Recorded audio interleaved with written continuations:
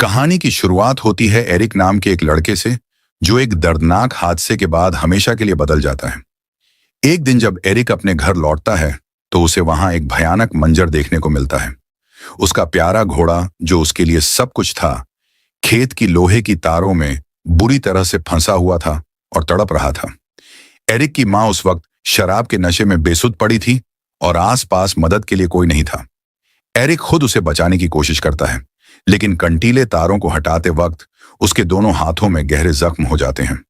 वह अपने घोड़े को बचा नहीं पाता और यह दर्दनाक मंजर उसकी जिंदगी पर ऐसा असर छोड़ जाता है कि वह 15 साल बाद भी उस दिन को भूल नहीं पाया।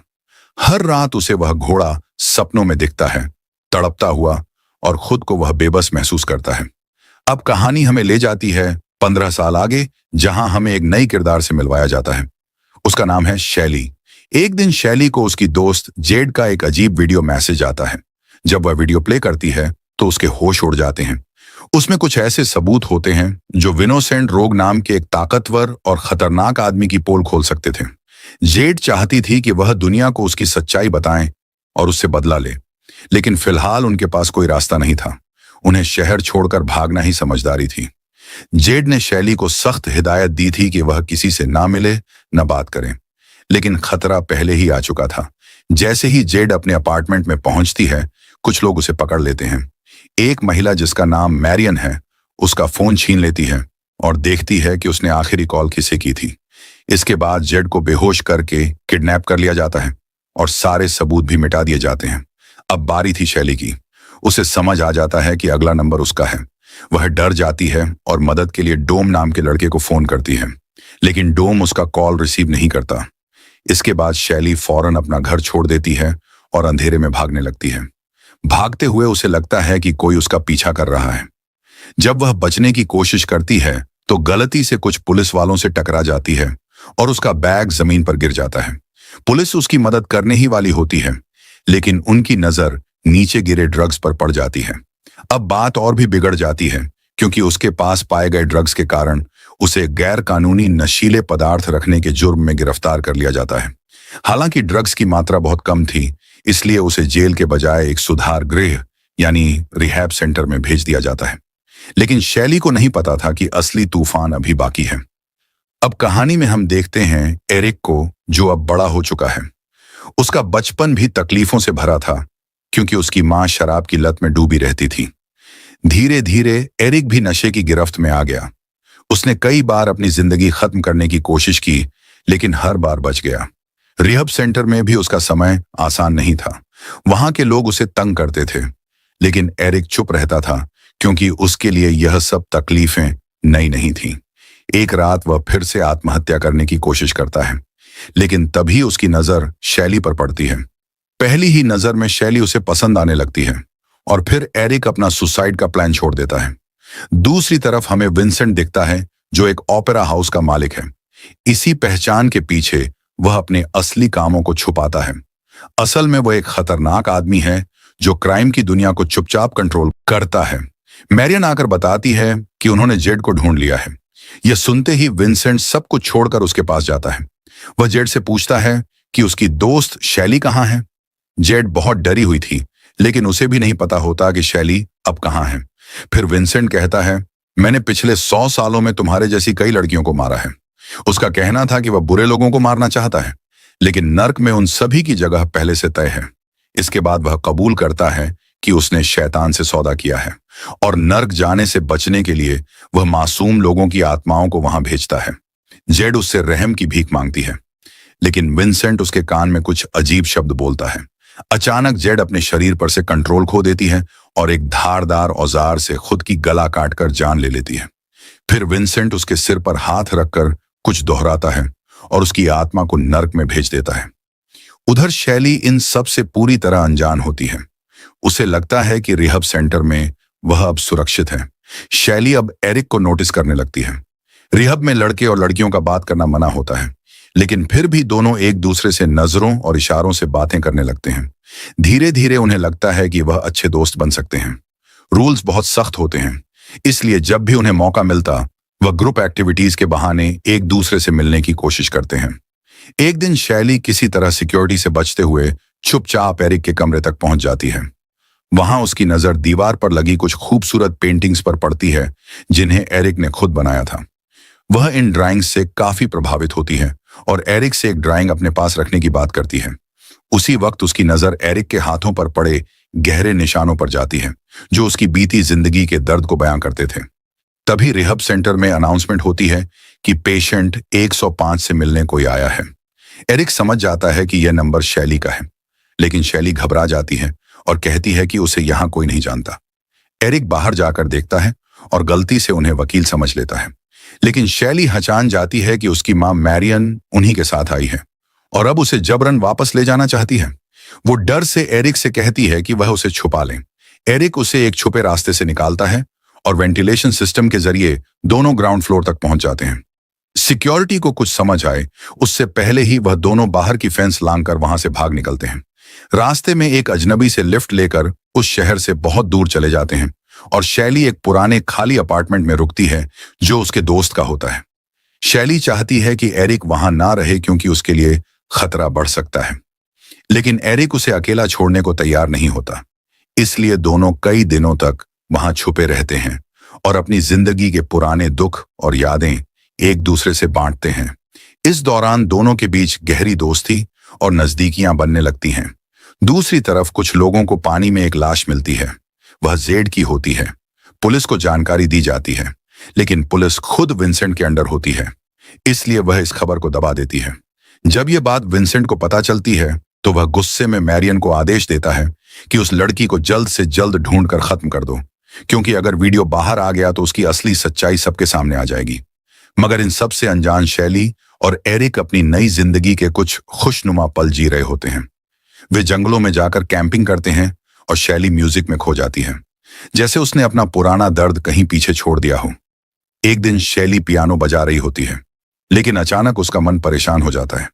उसे अपनी पुरानी जिंदगी की वह कड़वी यादें फिर से सताने लगती हैं, जिनसे बचने के लिए उसने कभी ड्रग्स लेना शुरू किया था। वो एरिक को बताती है कि जब वह बहुत छोटी थी तब उसकी मां ने उसे पैसों के लिए ऐसे काम करवाए जो उसकी उम्र के बच्चों को नहीं करने चाहिए थे। शैली को लगता है कि उसने भी लोगों को चोट पहुंचाई है, लेकिन वह पूरी बात नहीं बताती क्योंकि उसे डर होता है कि अगर एरिक को सच्चाई पता चली तो वह उसे छोड़ देगा। लेकिन एरिक उसका हाथ थाम कर कहता है कि जब उसने शैली को पहली बार देखा था उस रात वह अपनी जान लेने वाला था, लेकिन शैली को देखकर उसने वह फैसला बदल दिया।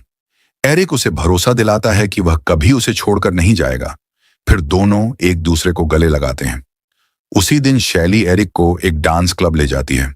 जब वह दोनों डांस कर रहे होते हैं तभी डोम उन्हें देख लेता है और शैली को वहां से तुरंत जाने को कहता है। शैली को पता चलता है कि उसके दोस्त चीट का मर्डर कर दिया गया है और अब वही लोग उसके पीछे भी पड़े हैं। एरिक उससे पूछता है कि यह सब क्या है, लेकिन शैली कहती है कि घर पहुंचकर वह सब कुछ बता देगी। लेकिन जैसे ही वह दोनों अपार्टमेंट पहुंचते हैं विनासेंट के आदमियों का हमला हो जाता है। एरिक अपनी आंखों के सामने शैली को मरते हुए देखता है और कुछ ही पल बाद उसकी खुद की भी मौत हो जाती है। मरने से पहले एरिक को अजीब से विजन दिखते हैं, जैसे शैली पानी में डूब रही हो। फिर अचानक एरिक की आंखें खुलती हैं और वह खुद को किसी अजीब सी वीरान जगह पर पाता है। वहां हर तरफ कौमों की आवाजें गूंज रही होती हैं। तभी उसे एक रहस्यमय आदमी दिखाई देता है जो उसे अपने पीछे आने को कहता है। एरिक को लगता है कि शायद यह किसी ड्रग का असर है, क्योंकि वह जो देख रहा होता है वैसी दुनिया उसने कभी नहीं देखी थी। जब एरिक उस अजनबी से पूछता है कि वह कहाँ है तो वह खुद को क्रोनोस बताता है और कहता है कि तुम अब वहीं हो जहां तुम्हें होना चाहिए। क्रोनोस एरिक को एक रहस्यमय कहानी सुनाता है। वह कहता है कि जब कोई इंसान मरता है तो ऐसा माना जाता है कि कौवे उसकी आत्मा को सही जगह पहुंचाने में मदद करते हैं, लेकिन कभी कभी मौत इतनी दर्दनाक होती है कि आत्मा भटक जाती है और उसे शांति नहीं मिल पाती। एरिक को यह सब एक बुरा सपना लगता है और वह वहां से बाहर निकलने की कोशिश करता है, लेकिन उसे रास्ता ही नहीं मिलता। तभी क्रोनोस कहता है कि लगता है तुम्हें अब तक कुछ समझ नहीं आया, और फिर उसे धक्का देकर वापस उसकी दुनिया में भेज देता है। अचानक एरिक खुद को अपने अपार्टमेंट में पाता है और शैली को आवाज लगाता है। तभी उसे बाहर किसी के आने की आहट सुनाई देती है। यह विनोसेंट का आदमी होता है जो शैली का फोन लेने आया था। वह खुद को पुलिस वाला बताकर एरिक को बहकाने की कोशिश करता है। एरिक उस पर भरोसा कर लेता है और उसे सारी बात बताने लगता है। लेकिन वह आदमी बिना किसी चेतावनी के एरिक को गोली मार देता है। एरिक को लगता है कि उसकी मौत हो गई है, लेकिन कुछ पल बाद उसे एहसास होता है कि वह अब भी जिंदा है। गुस्से में वह उस नकली अफसर को मार डालता है, लेकिन उसके अपने शरीर की हालत भी बहुत खराब हो जाती है। उसके पेट से आंतें बाहर आ रही होती हैं, मगर धीरे धीरे उसका शरीर खुद को ठीक करने लगता है। एरिक को अपने सिर में फिर से क्रोनोस की आवाज़ें सुनाई देती हैं और वह देखता है कि एक काला कौवा लगातार उसका पीछा कर रहा है। तभी उसे ब्रिज के ऊपर शैली दिखाई देती है और वह उसे बचाने के लिए पानी में कूद जाता है। लेकिन जैसे ही वह पानी को छूता है, वह फिर से उसी रहस्यमयी दुनिया में पहुंच जाता है। अब एरिक को यकीन हो जाता है कि वह और शैली दोनों मर चुके हैं। वह क्रोनोस से पूछता है कि शैली उसके साथ क्यों नहीं है। क्रोनोस बताता है कि शैली की आत्मा नर्क में है और अगर एरिक चाहे तो उसे वापस ला सकता है, लेकिन इसके लिए उसे उन लोगों को खत्म करना होगा जिन्होंने उन्हें मारा, क्योंकि वह लोग मासूमों की आत्माएं नर्क में भेज रहे थे और दुनिया के संतुलन को बिगाड़ चुके थे। क्रोनोस एरिक से कहता है कि अगर वह इस काम को पूरा करता है तो उसे दोबारा जीने का मौका मिलेगा। यह शक्तियां तब तक उसके पास रहेंगी जब तक उसका और शैली का प्यार सच्चा है। अब एरिक अमर तो होगा, लेकिन उसे हर चोट का दर्द जरूर महसूस होगा। अब एरिक वापस अपनी दुनिया में लौट आया था और बदला लेने के लिए तैयार था। सबसे पहले वह अपने एक पुराने दोस्त के पास जाता है ताकि हथियार जुटा सके। इसके बाद वह शैली की मां सोफिया से मिलने जाता है, लेकिन सोफिया झूठ बोलती है कि शैली की मौत ड्रग ओवरडोज की वजह से हुई थी। एरिक उसकी आंखों में देखकर कहता है कि वह जानता है सच क्या है, क्योंकि वह खुद वहां मौजूद था जब शैली को मारा गया था। वह साफ साफ कहता है कि अगर तुम भी इसमें शामिल निकली तो मैं तुम्हें भी नहीं छोड़ूंगा। फिर एरिक शैली के पुराने कमरे में जाता है, जहां उसे कुछ पुरानी तस्वीरें और एक थिएटर का एंट्री पास मिलता है। उसी थिएटर में जाते हुए एरिक को रास्ते में वह शख्स मिल जाता है जिसने उसे मारा था। वो एरिक के सिर पर बंदूक रखकर पूछताछ करता है, लेकिन तभी एरिक की बॉडी खुद एक्टिव हो जाती है और बिना देर किए वह उस आदमी को मार देता है। थिएटर के बाहर आते वक्त एरिक को मैरियन दिखती है। वो उस पर गोली चलाता है, लेकिन वह बुलेट प्रूफ ग्लास के पीछे होती है और बच जाती है। एरिक उसका पीछा करते हुए उसकी कार तक पहुंचता है, लेकिन लंबी चेज के बाद वह कार से गिर जाता है और एक ट्रक के नीचे बुरी तरह कुचला जाता है। हालांकि उसकी हीलिंग पावर उसे दोबारा जिंदा कर देती है, लेकिन दर्द बहुत भयानक होता है। उधर विंसेंट को अब पता चल जाता है कि एरिक मरकर भी जिंदा हो चुका है और वह गुस्से में आकर शैली की मां सोफिया को मार डालता है। साथ ही अपने लोगों को आदेश देता है कि एरिक को जिंदा पकड़ा जाए। इस बीच एरिक डोम को ढूंढ लेता है और उसे सब सच्चाई पता चलती है कि इन सब के पीछे विंसेंट ही है। वह इंसानों के दिमाग में घुसकर उनके अंदर के अंधेरे को उन पर हावी कर देता है। एरिक फिर शैली के अपार्टमेंट में जाकर सब कुछ छानता है और उसे वह फोन मिल जाता है जिसमें असली वीडियो रिकॉर्ड थी। जब एरिक वो वीडियो देखता है तो उसमें शैली को किसी का मर्डर करते हुए देखता है, और वह भी विंसेंट की मैनिपुलेशन में आकर। हत्या इतनी भयानक थी कि एरिक वीडियो पूरा देख भी नहीं पाता। उसे शैली की सच्चाई पर शक होने लगता है। कहीं वह उसके साथ प्यार का नाटक तो नहीं कर रही थी, लेकिन एरिक का दोस्त उसे समझाता है कि जब तक सारी सच्चाई सामने ना आ जाए तब तक कोई भी फैसला नहीं लेना चाहिए। जब एरिक अपने जवाब की तलाश में जुटा होता है, तभी विंसेंट के बदमाश साथी उस पर हमला कर देते हैं। एरिक पूरी ताकत से लड़ता है, लेकिन इसी दौरान उसे गोली लग जाती है। वह हैरान रह जाता है जब उसे पता चलता है कि इस बार उसकी बॉडी खुद को ठीक नहीं कर रही, और फिर धीरे धीरे उसकी सांसें थम जाती हैं। जब उसकी आंख दोबारा खुलती है तो वह खुद को फिर से उसी रहस्यमय दुनिया में पाता है जहां क्रोनोस उसका इंतजार कर रहा होता है। क्रोनोस उसे बताता है कि उसकी शक्तियां इसलिए चली गई क्योंकि उसने अपना वादा पूरा नहीं किया और शैली के प्यार पर शक किया। अब बहुत देर हो चुकी है। शैली की आत्मा को बचाना अब मुमकिन नहीं, लेकिन एरिक हार मानने को तैयार नहीं होता। वह साफ कहता है कि उसका प्यार झूठा नहीं था और अगर जरूरत पड़ी तो वह शैली के लिए खुद नर्क में जाने को तैयार है। उसके इतना कहते ही चारों ओर से कौवे उसे घेर लेते हैं। क्रोनोस अपने खून को एरिक के खून के साथ मिलाता है और रहस्यमयी शब्दों को दोहराना शुरू करता है। एरिक का शरीर तड़पने लगता है, उसकी रगों में बहता खून काला पड़ने लगता है और भयंकर दर्द में वह चिल्लाता है। इस प्रक्रिया के बाद अब एरिक के पास दोनों दुनियाओं में आने जाने की शक्ति होती है और उसे एक बार फिर अपना मिशन पूरा करने का मौका दिया जाता है। वो फिर से अपनी मरी हुई बॉडी में लौट आता है, इस बार और भी ज्यादा खतरनाक और शक्तिशाली बनकर उठते ही वह उन सबको खत्म कर देता है जिन्होंने पहले उसे मारा था। उनमें से एक के फोन पर उसे एक मैसेज मिलता है जिससे पता चलता है कि मैरियन अब ओपेरा हाउस में आने वाली है। एरिक अपना चेहरा पेंट करता है, एक डरावना रूप अपनाता है और फिर विंसेंट से बदला लेने के लिए निकल पड़ता है। जैसे ही वह ओपेरा हाउस में घुसता है, वह अपने रास्ते में आने वाले हर एक आदमी को बेरहमी से मार गिराता है। तलवारें, चाकू, गोलियां, कुछ भी उसे रोक नहीं पाते। वह पूरा हॉल लाशों से भर देता है। एरिक जब मैरियन तक पहुंचता है तो उससे विंसेंट के बारे में पूछता है। मैरियन डर के मारे सब कुछ बता देती है, लेकिन एरिक उसे और उसके असिस्टेंट को मारकर उनकी लाशें स्टेज के बीच ऑडियंस के सामने फेंक देता है। इस मंजर को देखकर वहां अफरा तफरी मच जाती है। इसके बाद एरिक सीधा विंसेंट के प्राइवेट विला पहुंचता है, जहां वह आराम से बैठा होता है और अपने बाल संवार रहा होता है, जैसे उसे कोई डर ही नहीं हो। एरिक उसकी गर्दन पर तलवार रख देता है और कहता है कि अब अंत करीब है, लेकिन विंसेंट बिल्कुल भी घबराता नहीं। वह अपने हाथ पर खुद ही कट लगाकर दिखाता है कि वह भी एक आम इंसान है। उसके पास कोई ताकत नहीं, कोई सुरक्षा नहीं, सिर्फ अंधेरा है जिसे उसने सब पर हावी कर दिया। जैसे ही एरिक विंसेंट का सामना करता है, वह उस पर एक तेज औजार से हमला करता है, लेकिन जब उसे एरिक का खून काले रंग का दिखता है तो वह चौंक जाता है। उसे समझ आ जाता है कि एरिक के पास अब कुछ अलग और खतरनाक शक्तियां हैं। तभी वह एरिक के बहुत पास जाकर उसके कान में कुछ रहस्यमयी शब्द फुसफुसाता है और उसकी शक्तियों को चुराने की कोशिश करता है। वो एरिक के अंदर छिपी दुख भरी यादों को बाहर निकालकर उसकी आत्मा पर काबू पाने लगता है। एरिक लगभग हार मानने ही वाला होता है, तभी दोनों किसी दूसरी दुनिया में पहुंच जाते हैं।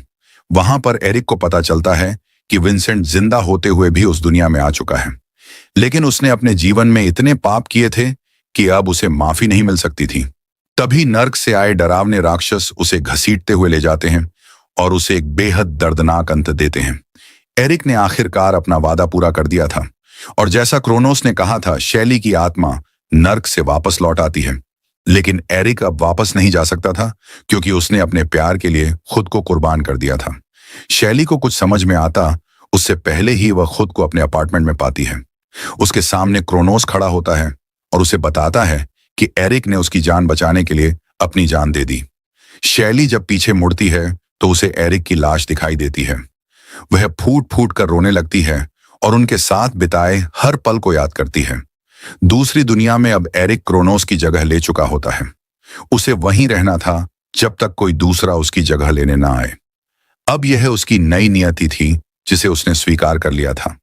लेकिन एरिक के दिल में एक उम्मीद अब भी थी कि एक दिन वह और शैली फिर मिलेंगे, और यहीं पर यह कहानी खत्म होती है।